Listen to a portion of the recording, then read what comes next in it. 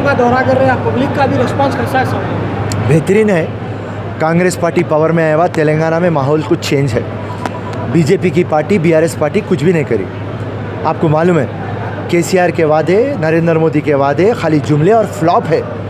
मैं क्या बोलूँ, केसीआर के वादे, घरा मिले, नौकरियाँ मिले, रिजर्वेशन मिला, हाँ, स्किल डेवलपमेंट में कुछ मिला, लोन्स मिले, कुछ भी नहीं मिला। आप डैलस बोले, इस्तांबुल बोले, सिंगापुर बोले, कुछ भी नहीं मिला। उसके लिए तेलंगाना क्या करी? तेलंगाना की आवाम उनको निकाल दी, कांग्रेस को ला ली। आज बीजेपी कई वादे बोले, नौकरियां बोले, प्राइस हाइक, प्राइस को कम करता हूँ बोले, करप्शन। और आप मेरे को एक बात बताइए, मैं पूरे बीजेपी वालों से एक प्रश्न पूछना चाहता हूँ, कौन सा सेक्टर खुश है? क्या पुअर, गरीब, बीपीएल, बिलो पॉवर्टी लेवल वाला, middle class, lower middle class, कौन खुश है? लेबर खुश है, फार्मर खुश है, यूथ खुश है? कोई भी खुश नहीं है साहब। अगर से खुश है तो नरेंद्र मोदी के दोस्ता खुश है। 1% जो उनके दोस्ता हैं, पूरे हिंदुस्तान का पैसा उनके पास है। 15 लाख करोड़ रुपए आप आपके दोस्तों के माफ़ कर देते, मगर आप इतने बड़े बड़े बातें डेवलपमेंट के ताल्लुक से बोलते, मगर आप डेवलपमेंट क्यों नहीं दिखाते? किशन रेड्डी साहब से, मोदी साहब से, अमित शाह से, सबसे मेरा प्रश्न है, आप लोग पूरा मीडिया खरीद लिया। आज जितना भी मीडिया है वो अदानी का और अंबानी का मीडिया है। और अल्लाह का एहसान है, आप लोगों के वैसे चैनल वाले हैं, उसके लिए हमारी आवाज़ आवाम तक जारी। आप लोग जो सर पे कफन बन के निकले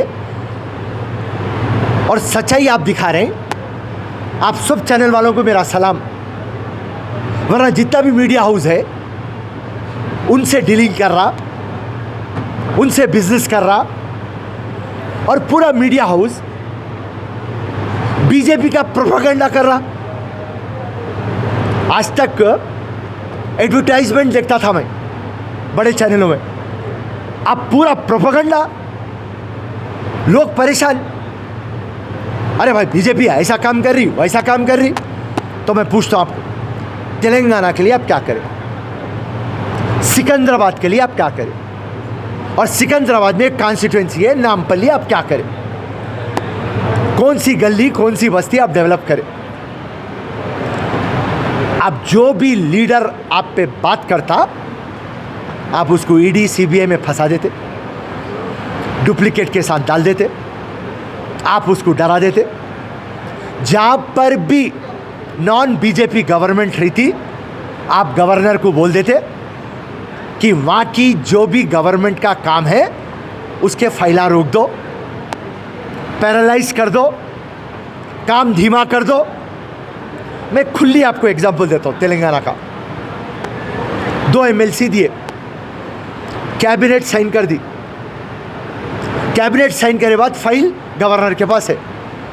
एक हमारा आमिर अली खान और दूसरा कोदंडा राम। गवर्नर जो 2 दिन के अंदर फाइल क्लियर करना, 2 महीने से फाइल रख के बैठे हुए। तो आप क्या कर रहे हैं साहब? जो गवर्नमेंट आपकी नहीं है वहाँ पे आप गवर्नर के थ्रू काम को रोक दे रहे। जो भी लीडर आपके खिलाफ बोलता, ईडी आ जाती, इनकम टैक्स आ जाती, सीबीआई आ जाती, बस आप जेलों में रहते। तो मैं पूछना चाह रहा हूँ, हिंदुस्तान में डेमोक्रेसी चल रही क्या? तानाशाही चल रही? आवाम को मैं पूछना चाहता हूँ, 2004 से लेके 2014 कांग्रेस और यूपीए की गवर्नमेंट थी, और 2014 से 2024 बीजेपी और एनडीए की गवर्नमेंट है। दोनों को आप देखेंगे तो कहाँ पे तरक्की हुई। आज जो कॉमन आदमी है, जो जनता जनार्दन है, क्या वो खुश है क्या? डरा हुआ है क्या? आपसे मैं पूछना चाहता हूँ। आज जस्टिस हो रहा, इनजस्टिस हो रहा। डेमोक्रेसी है या डिक्टेटरशिप है? ये जो 10 साल का जो काल है, ये नफरत का काल है। ये डर का काल है, मित्र काल है। नरेंद्र मोदी अंबानी और अदानी से क्या दोस्ती है रे भाई? चाहे सी पोर्ट रहो, एयरपोर्ट रहो, रेलवे स्टेशन रहो, कौन सी भी प्राइवेट कंपनी रहो, कोल रहो, मीडिया रहो, रोड्स रहो, आप अदानी अंबानी कुछ दे देते हर चीज़। तो ये बात तमाम मेरे जितने भी वोटर हैं उनको समझाने के लिए मैं आपको ये जो हिंदुस्तान का मामला है रख रहा हूँ। ओबीसी परेशान, शेड्यूल कास्ट परेशान, शेड्यूल ट्राइब परेशान और मुसलमान तो जोक है। सबका साथ सबका विकास। भाई मुसलमानों का आप क्या विकास करें नरेंद्र मोदी? किशन रेड्डी तुम बोले यारो 5 लाख मुसलमान आए सिकंदराबाद में, क्या करे फायदा तो मुसलमानों का? मोदी जी मदरसे में जाके हमारे मोहन भागवत, अरे नहीं मुसलमानों को भी लाना, मुसलमानों को भी साइंटिस्ट बनाना, आईएएस बनाना, आईपीएस बनाना, डॉक्टर बनाना, इंजीनियर बनाना, वकील बनाना, कॉर्पोरेट कंपनियों में लाना। मुसलमानों के एक हाथ में कुरान रहना, एक हाथ में लैपटॉप रहना। जब मैं बोला वाह रे वाह, अब होगा सबका साथ सबका विकास, सबका प्रयास, सबका विश्वास। कहेंगे साहब आप मुसलमान को टिकट ही नहीं देते, ना लोकसभा में ना राज्यसभा में। कहाँ पे आप मुसलमानों को, आप सिर्फ पॉलिटिकल पोलराइजेशन करते और अब आप आके ऐसी बेतुकी बात करते प्रधानमंत्री रहते हुए। मंगलसूत्र, मंगलसूत्र कांग्रेस कहीं को लेता साहब?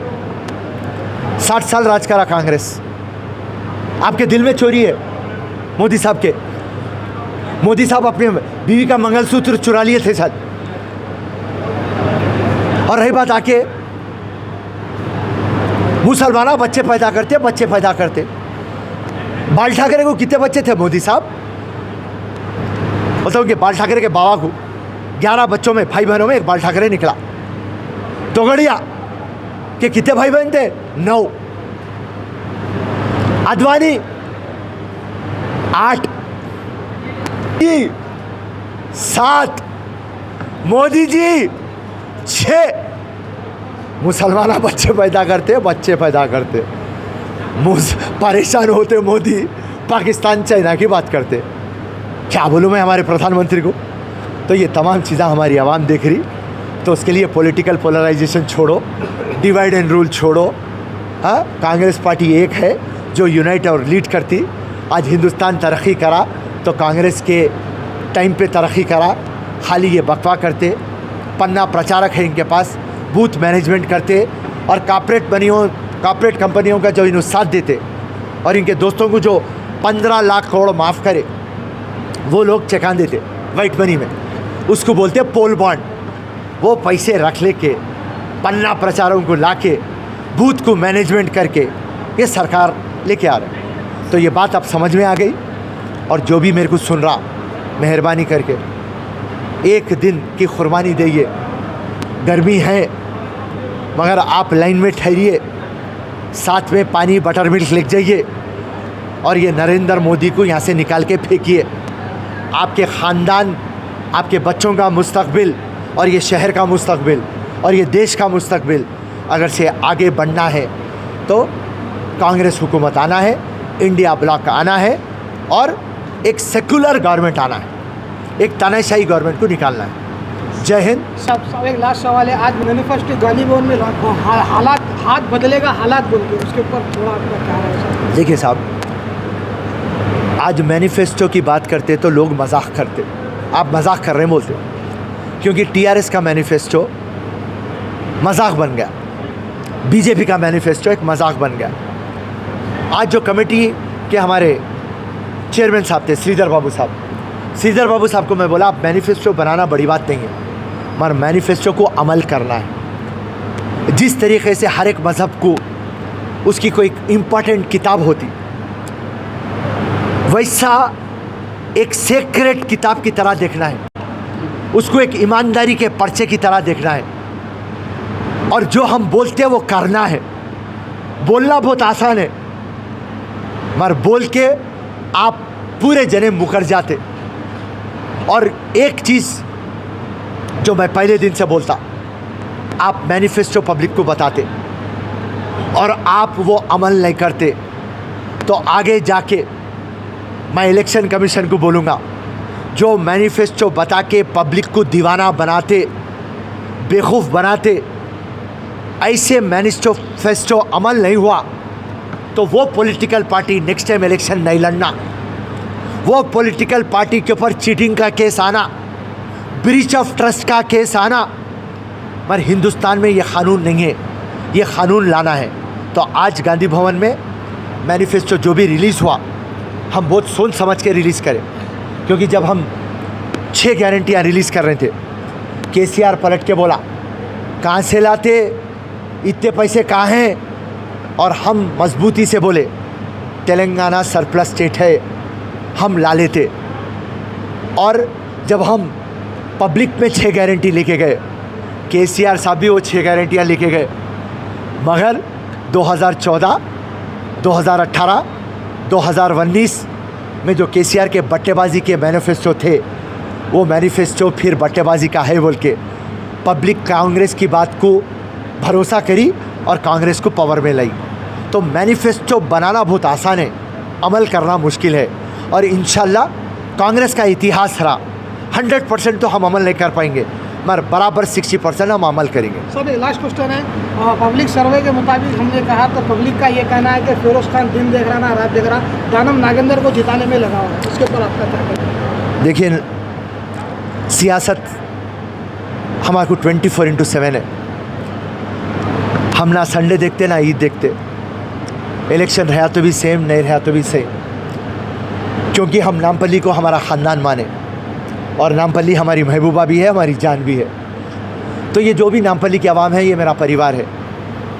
और ये टाइम कांग्रेस पार्टी अगर से 10 साल के बाद अगर से तीसरी टाइम नरेंद्र मोदी आएगा, तो हिंदुस्तान का नुकसान होगा, तेलंगाना का नुकसान होगा, सिकंदराबाद का नुकसान होगा, नामपल्ली का नुकसान होगा।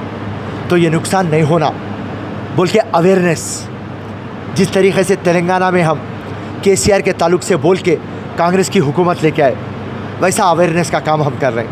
और मैं आपके चैनल को दावे के साथ बोल रहा हूँ, सिकंदराबाद हल्के के अंदर 7 कॉन्स्टिट्यूंसियाँ हैं, अंबरपेट, खैरताबाद, जुबली हिल्स, सनत नगर, मुशीराबाद, नामपल्ली, खैरताबाद, ये 7 में सबसे हाईएस्ट वोट नामपल्ली से आएंगे। ये हमारा वादा है और ये हमारा फ़र्ज़ बनता। पब्लिक को क्या रहेगा आपका मैसेज? अभी पब्लिक को यही मैसेज है, आप सोचिए, कांग्रेस बोल के वोट मत डालिए। जो अच्छी पार्टी है और जो अच्छा नेता है, जो 24 घंटे आपके साथ रह सकता और अब तक आपके मसले और मसाइल में आपके साथ था, और उसका नारा एक ही चीज़ है, डेवलपमेंट, और पूरों को एक ही नज़र से देखता, मुसलमान, ऐसा एक ईमानदार शख्स जो अपनी कॉन्स्टिट्यूंसी को अपना परिवार मानता, ऐसे शख्स को आपके पास जो औजार है, वेपन है, वो वेपन को आप यूज़ करो। डेमोक्रेसी के अंदर सबसे तगड़ी चीज़ का नाम है आपका वोट। मगर अफसोस इस बात का है, आप उस दिन हॉलीडे मनाते, क्रिकेट मैच देखते, पिक्चरों को जाते, घर धोते रहते, बाथरूम धोते रहते। मेहरबानी करके जो लंगे बट्टेबाज है उनको आप धो दो, घरों से निकलो और हक और ईमान का वोट डालो। हक और ईमान की गवर्नमेंट आती, आप लोग वोट नहीं डालते, मगर आप पूरे पॉलिटिशियनों को गालियां देते। मैं मानता हूँ 95% जो पॉलिटिशियन है वो जोकरा है, मगर 5% जो है वो लीडरा है, वो ईमानदार है। वो 5% लोगों को आप लेके आइए और अपनी गली बस्ती, अपने घर और अपने आने वाले नस्ल और अपने बच्चों का मुस्तकबिल आबाद करिए और उसको आप चमकाइए। जय हिंद, जय कांग्रेस, धन्यवाद, शुक्रिया।